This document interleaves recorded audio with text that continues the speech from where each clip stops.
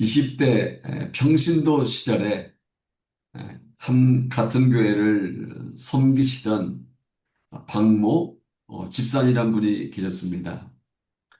저희 부모님 정도의 연세가 드신 분인데 일남 일녀를 두고 행복하게 살아가는 가정이었습니다. 사업도 잘해서 물질을 많이 벌었습니다. 또한 그분은 번 돈을 아무렇게나 쓰지 않았습니다. 교회 대소사에 특별히 청소년들, 어린이들, 청년들을 위해서는 아낌없이 물질로 섬기시던 귀한 분이셨습니다. 그러던 어느 날 나이 든 아들이 결혼을 하겠다고 했을 때 박 집사님은 굉장히 좋아하셨습니다. 안 그래도 동생인 딸이 먼저 시집 간 것이 못내 아쉬웠는데 하나밖에 없는 나이 많은 아들이 결혼한다고 했을 때 너무 좋아하셨습니다. 그런데 며느리가 될 사람이 한국 아가씨가 아니라 레바논 출신 아가씨란 말을 듣고 한동안 고민을 하셨습니다. 그러다가 아들이 그 아가씨를 너무나 좋아해서 결국은 박 집사님이 허락함으로 말미암아 결혼식을 굉장히 성대하게 치루었습니다. 그런데 문제는 그 후였습니다. 아들이 결혼식을 마친 지 얼마 지나지 않아 박 집사님 댁을 방문하게 되었습니다. 그때 그분이 이렇게 말씀하시는 거였습니다. 제가 평신도 때이기 때문에 이렇게 말씀했습니다. 조집사요, 우리 며느리가 얼굴도 예쁘고 마음씨도 곱고 착하긴 한데 시아비로서 아쉬운 것이 한둘이 아니야. 물론 우리 며느리가 다른 외국인들과 달리 나름대로 최선을 다하기는 해. 커피도 잘 타오고 애교도 있고 아이는 참 좋은데 그래도 섭섭해. 아침에 일어나면 아버님 안녕히 주무셨어요? 라고 공손히 인사하지 않고 굿모닝 미스터 파크 라고 말하면서 내버려 와서 쪽 하며 키스를 하는데 내가 아무리 현대적인 사람이라 할지라도 너무 섭섭해. 또 내가 아무리 커피를 좋아해도 그렇지 허구한 날 커피와 샌드위치는 싫어. 때때로 며느리가 끓여주는 따끈따끈한 된장국과 밥을 먹고 싶다는 생각을 해. 35년이 훌쩍 지났지만 그분의 말이 지금도 제 귀에 생생합니다. 저는 국제 결혼으로 외국 며느리나 외국 사위를 본 시어머니 또한 시아버지, 장인, 장모님들의 겪는 고통을 많이 보았습니다. 지어박지도 못하고 말도 통하지 않고 가슴앓이만 하는 분들 많이 보았습니다. 물론 저는요, 청년들이 외국인과 결혼하지 말라고 하는 것은 절대로 아닙니다. 우리 기독교에는요, 국경이 없습니다. 어느 나라, 어느 민족이든 주 안에서 하나임이 분명합니다. 외국인과 얼마든지 결혼할 수 있습니다. 그런데요, 언어와 관습과 생각에 대한 외국인과의 결혼은 본인에게뿐만 아니라 부모님이나 친척들에게도 쉽지 않은 것이 사실입니다. 이게 솔직한 마음입니다. 오늘 본문에도요, 출신 나라와 자라온 배경이 완전히 다른 가정이, 한 가정이 등장합니다.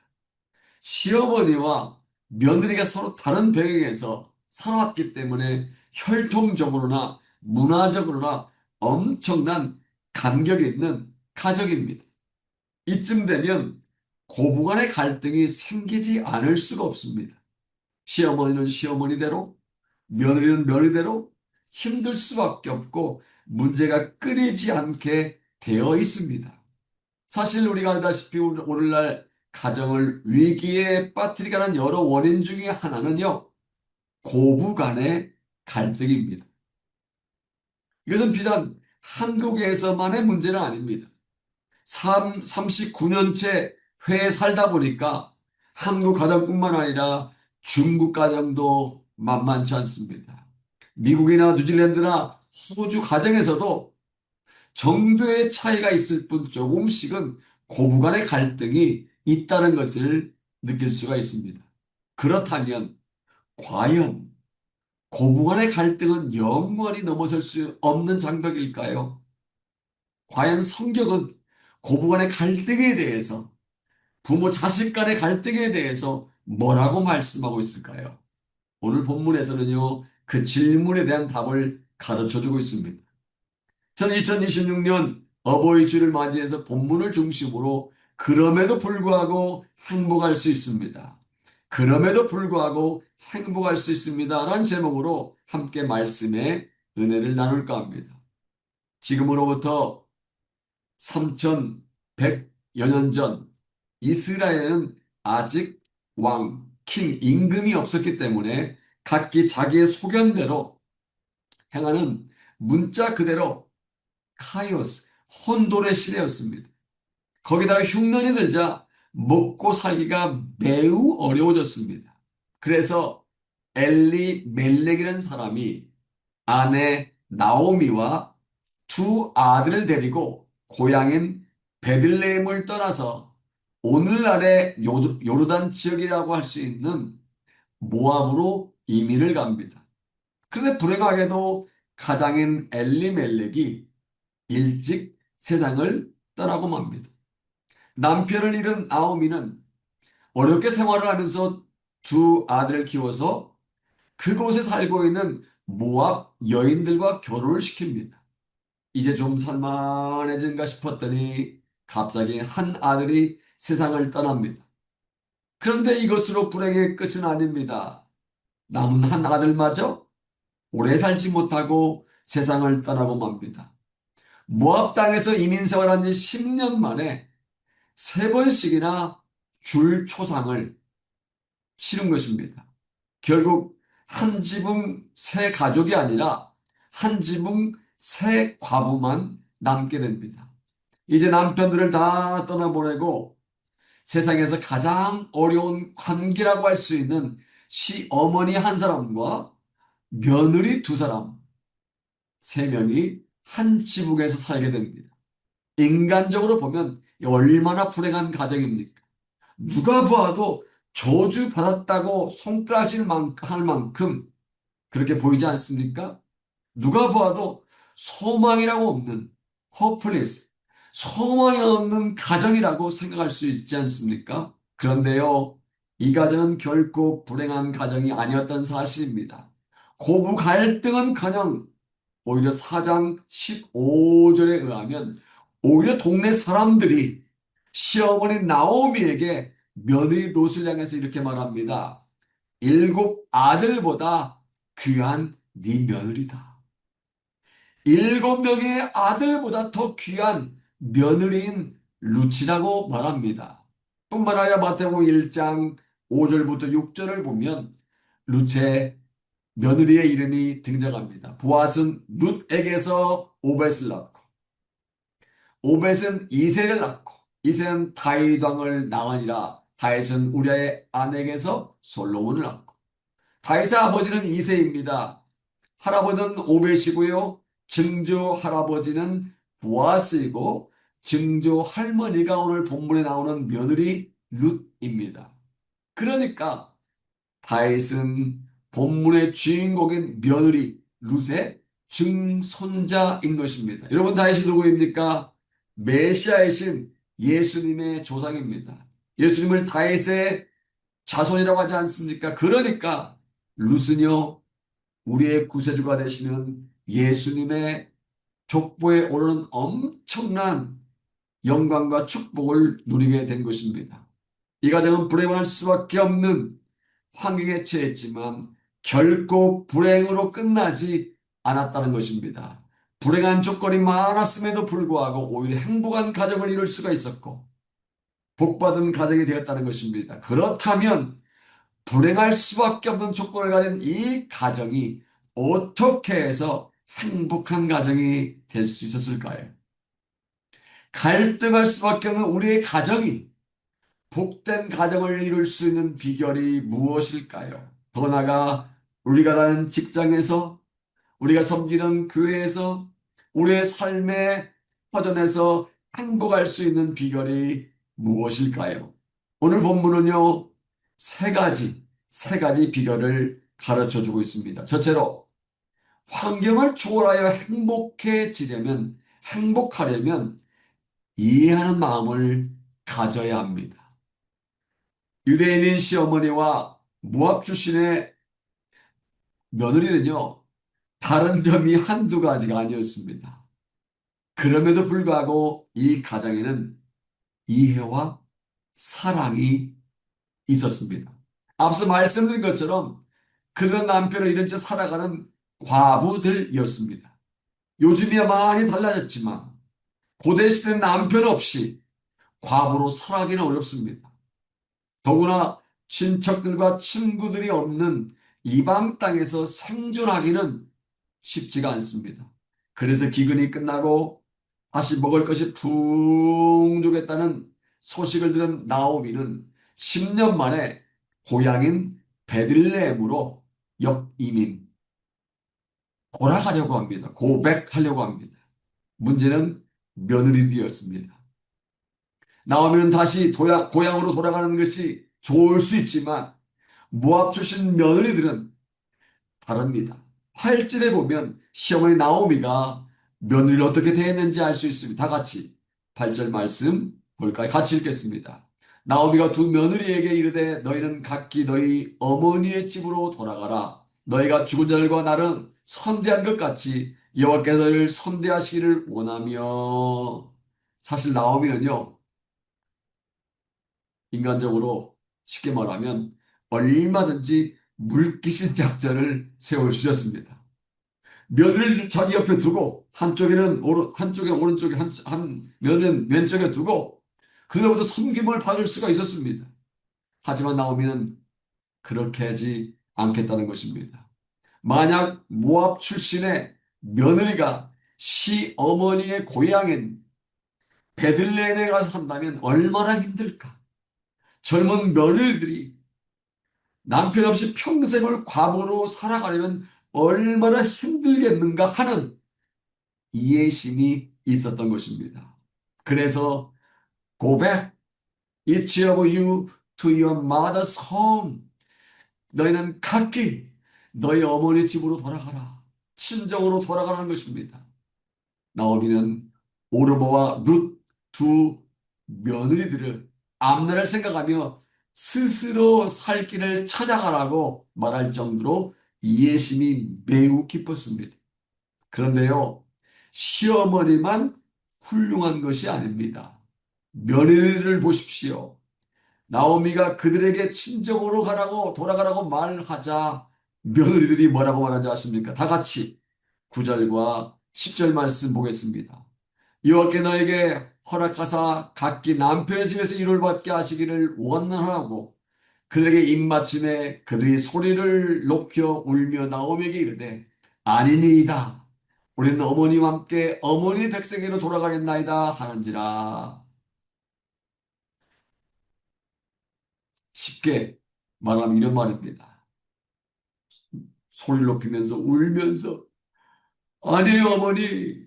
우리는 어머니와 함께 있겠습니다. 어머니와 함께 어머니의 고향으로 함께 돌아가겠습니다. 이걸 통해서 알 수 있는 것이 무엇일까요? 나오미의 가정에는요, 이해심이 넘치는 가정이었다는 것입니다. 말로만 이해하고 사랑하는 가정이 아니라 진정으로 이해하고 진정으로 사랑하는 가정이었다는 것입니다. 어느 글에서 읽은 이야기입니다. 옛날 시집을 온 지 얼마 되지 않은 한 며느리가 밥을 짓다가 그만 밥을 태우고 말았습니다. 그때 시어머니가 욕설을 퍼붓고 구박을 하자 며느리가 대듭니다. 어머니, 제가 일부러 그랬겠어요. 그 말을 듣고 있던 시아버지는 화가 났습니다. 시어머니에게 어디서 말대꾸를 하냐고 호통을 쳤습니다. 이것을 지켜보던 신랑도 손찌검을 하며 야단을 쳤습니다. 그러자 새내기 말합니다. 그래, 죽여. 대판 싸움이 벌어졌다고 합니다. 그런데요, 다음날 건너편에 집에 갓 시집 온 다른 며느리도 똑같이 밥물이 넘치는 줄도 모르고 계속 불을 떼다가 거기도 밥을 태우고 말았습니다. 그때 시어머니가 말합니다. 얘야, 내가 물을 너무 적게 부어서 그렇게 됐구나. 위로해 줍니다.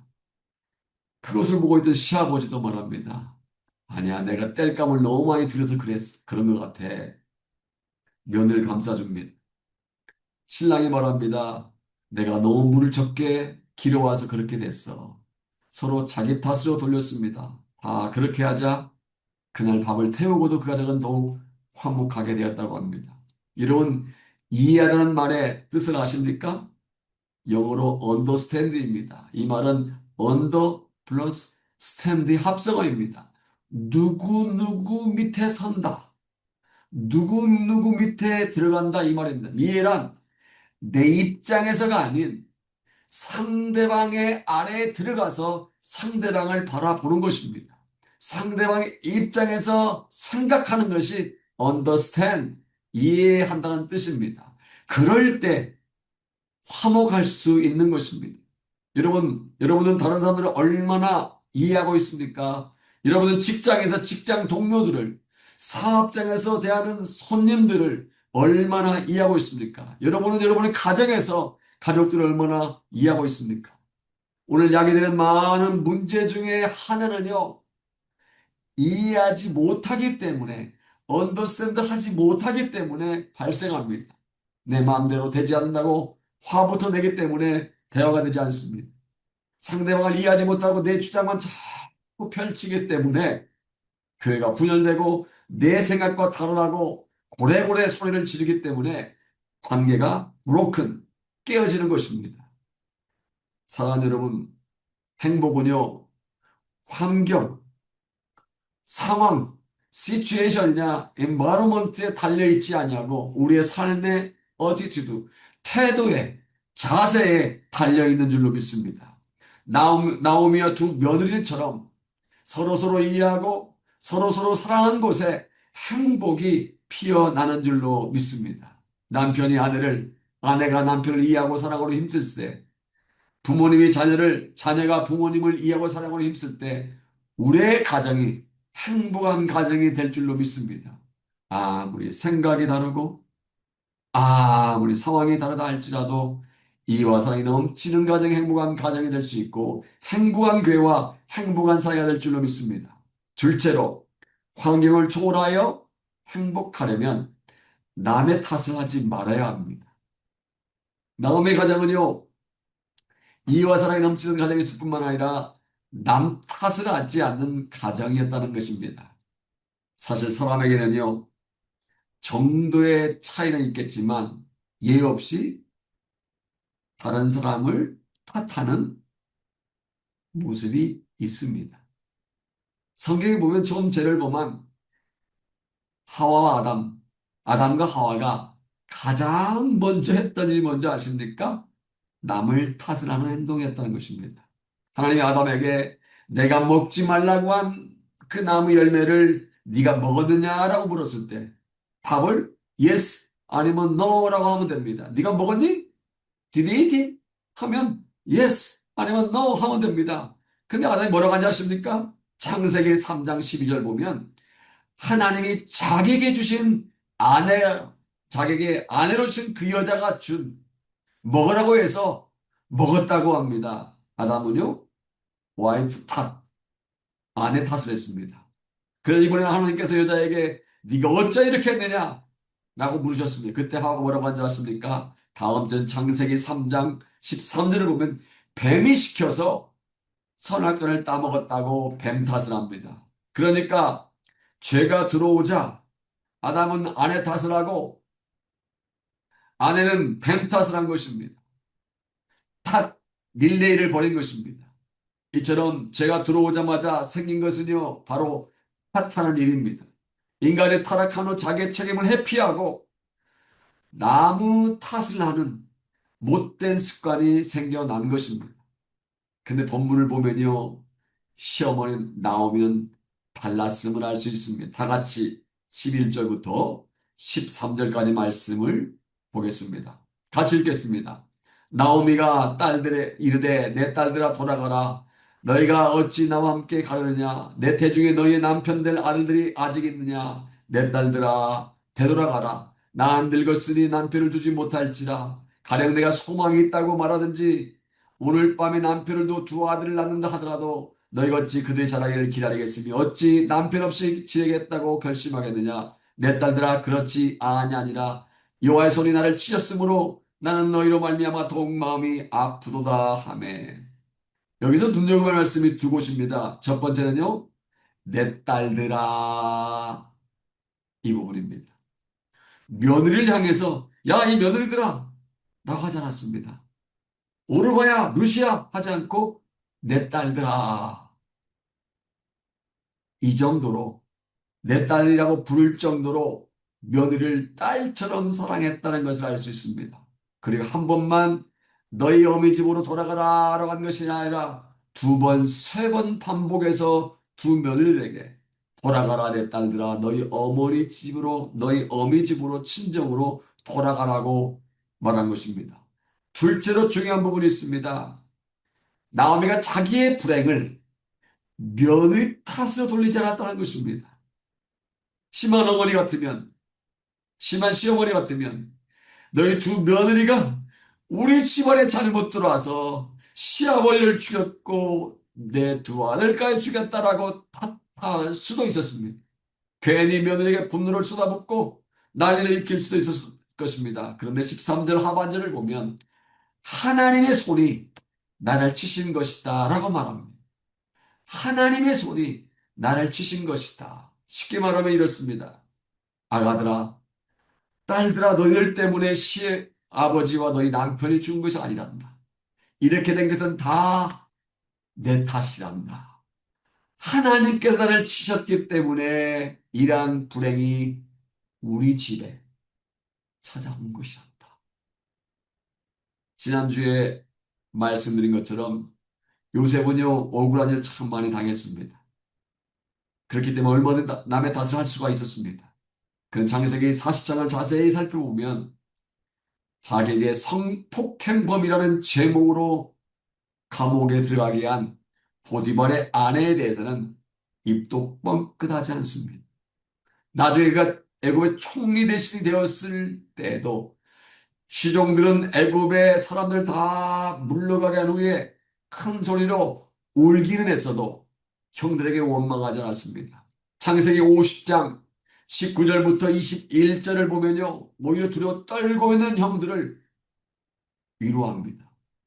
이처럼 다른 사람을 탓할 수밖에 없는 삶을 살았지만 요셉은 어느 누구도 탓하지 않았습니다. 본문에 등장하는 나오미도 마찬가지입니다. 요셉처럼 환경을 탓할 수 있고 다른 사람을 탓할 수밖에 없는 삶을 살았음에도 불구하고 결코 환경을 다른 사람을 탓하지 않았습니다. 이것이 하나님을 기쁘시게 했을 뿐만 아니라 요셉이 나오미가 하나님께 쓰임받은 비결인 줄로 믿습니다. 다른 사람이나 환경을 탓하지 않은 것이 나오미가 복된 삶을 살 수 있게 된 비결인 줄로 믿습니다. 더 나아가 하나님께서는요, 탓하지 않고 믿음으로 살아가는 사람들에게 복된 가정을 허락해 주신 줄로 믿습니다. 마지막 세 번째입니다. 환경을 초라해 행복한 삶을 살려면, 행복하려면 믿음으로 살아가야 합니다. 본문을 보면 나오미의 가정은 첫 번째 이와 사랑이 넘쳤고요. 둘째로 남 탓을 나라지 않았을 뿐만 아니라 셋째로 믿음으로 살아갔다는 것입니다. 오래전 1999년 5월 9일자 신문에 이런 제목 기사가 실렸습니다. 한심한 경찰. 읽어보니까 이런 내용입니다. 경북 안동에서 현직 경찰인데 복면을 쓰고 가스총을 들고 농협에 침입했다가 강도짓을 벌인 후에 나중에 체포됐다는 것입니다. 한심한 축구 코치도 있습니다. 같은 해 9월 11일자 신문에 나온 기사입니다. 낮에는요 초등학교에서 축구 코치를 하고 밤에는 강도 강간을 일삼는 강도 축구 코치가 있었다는 기사였습니다.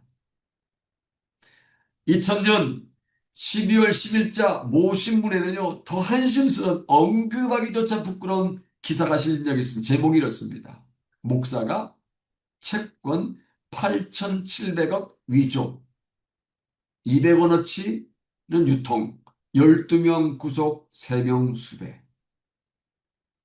윤 씨라는 성을 가진 목사가 교회 건축 자금을 마련하기 위해서 채권 위조책에게 비용 2억을 마련해 주면서 무려 8,700억 원대의 산업금융 채권을 위조했다는 것입니다.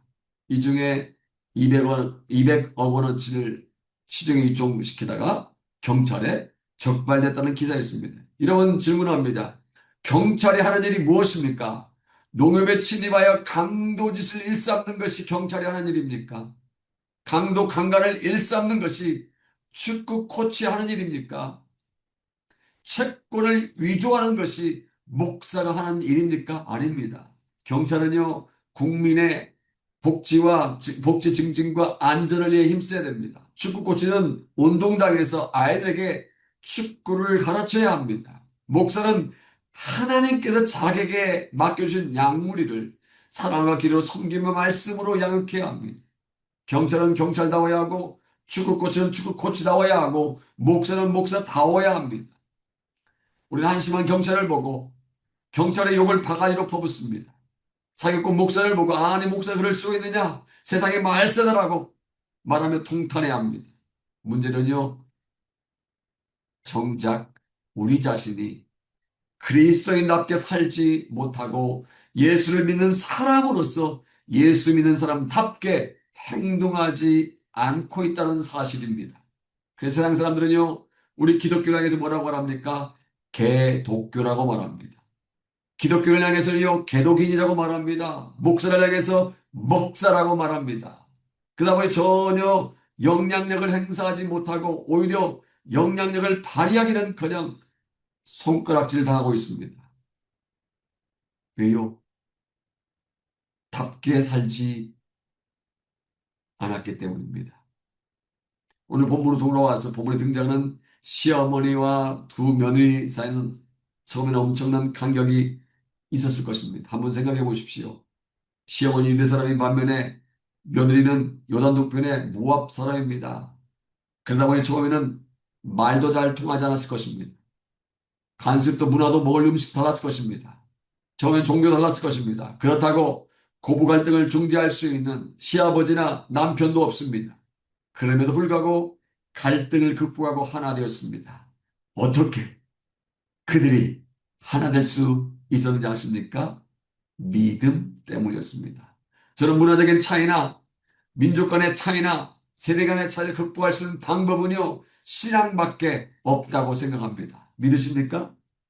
에베소서 2장 13절과 14절에 말씀하고 있는 것처럼 예수의 십자가는요, 수직적으로는 죄인인 인간과 하나님 사이에 막힌 길을 열어놓으셨고, 수평적으로는요, 인간과 인간 사이를 하나 되게 하는 길을 열어놓았습니다.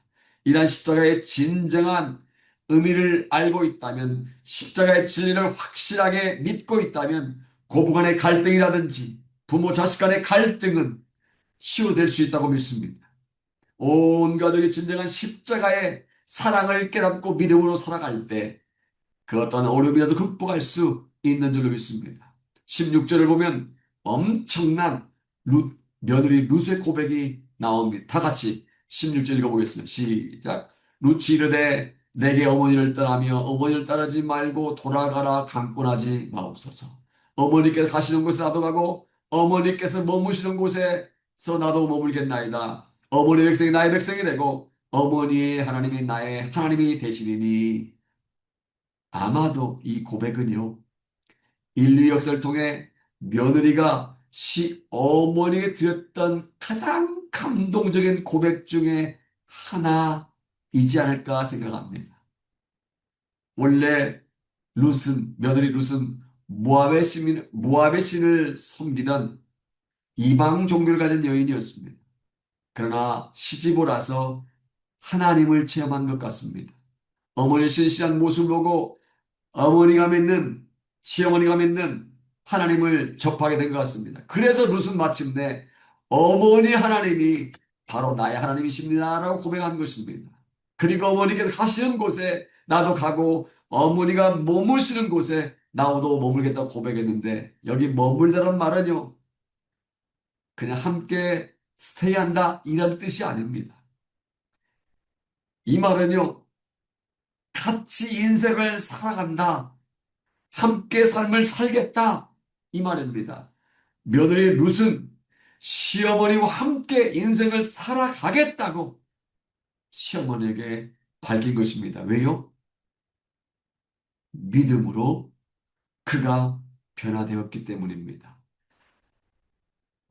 시어머니의 하나님이 나의 하나님이라는 사실을 확실하고 있었기 때문입니다. 사실 주위에 보면 고부 갈등 잎사여 있는 가정들 가운데 교회 직분자들이 많이 있습니다. 교회 권사인 시어머니가 믿는 하나님이라면 믿지 않겠다고 하는 며느리도 있습니다. 집사 며느리 꼴 보기 싫어서 교회에 나가고 싶지 않다는 시어머니도 있습니다. 무엇이 문제입니까? 시어머니 나오미처럼 신실한 모습이 삶에서 나타나지 않기 때문입니다. 진정한 크리스천의 모습이, 진정한 성도의 모습이 나타나지 않기 때문입니다. 빌립보서 2장 27절을 보면 사도 바울은 저와 여러분들이 이렇게 도전하고 있습니다. 오직 너희는 그리스도의 복음에 합당하게 생활하라.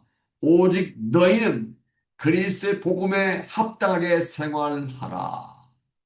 여기 생활하는 헬라어는 폴리투에스테인데 시민답게 살아가라는 의미입니다.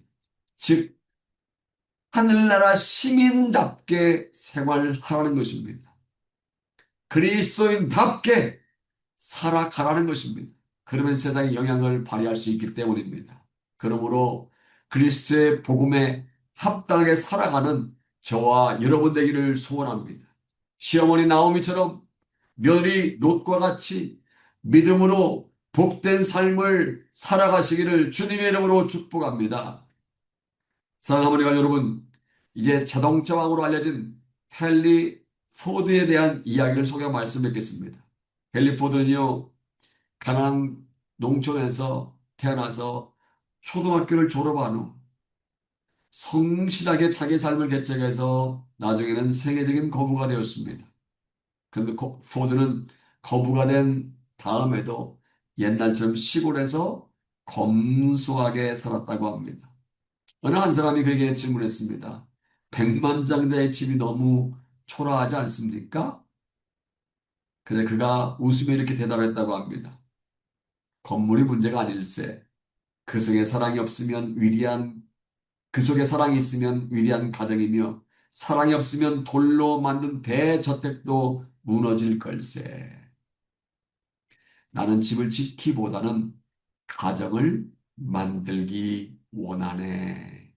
나는 집을 짓기보다는 가정을 만들기 원하네. 그렇습니다. 좋은 자재로 좋은 위치에 집을 짓는 것도 중요하지만 화목한 가정을 만들어가는 것은 더 중요한 줄로 믿습니다. 돈을 많이 버는 것도 필요하긴 하지만 행복한 가정을 만들어가는 것이 더 필요한 줄로 믿습니다. 그러므로 환경을 초월하여 행복한 가정을 만들기 위해서 나오미처럼 이해하는 마음을 가질 뿐만 아니라 남 탓하지 마시기 바랍니다. 무엇보다도 나오미와 룻과 같이 믿음으로 삶을 살아내시기 바랍니다. 그렇게 할 때 가정은 평화스러워지고 가족 간에 화목하게 됩니다. 잠언 17장 1절 말씀 매우 유명한 말씀 있지 않습니까? 마른 떡 한 조각만 있어도 화목하는 것이 제육이 집에 가득하고도 다투는 것보다 나으니라. 이 말씀을 가슴에 새기고 오늘 말씀을 삶에서 살아내므로 말미암아 화목하고 행복한 가정을 만들어가는 저와 여러분 되시기를 주님의 이름으로 축복합니다. 아멘.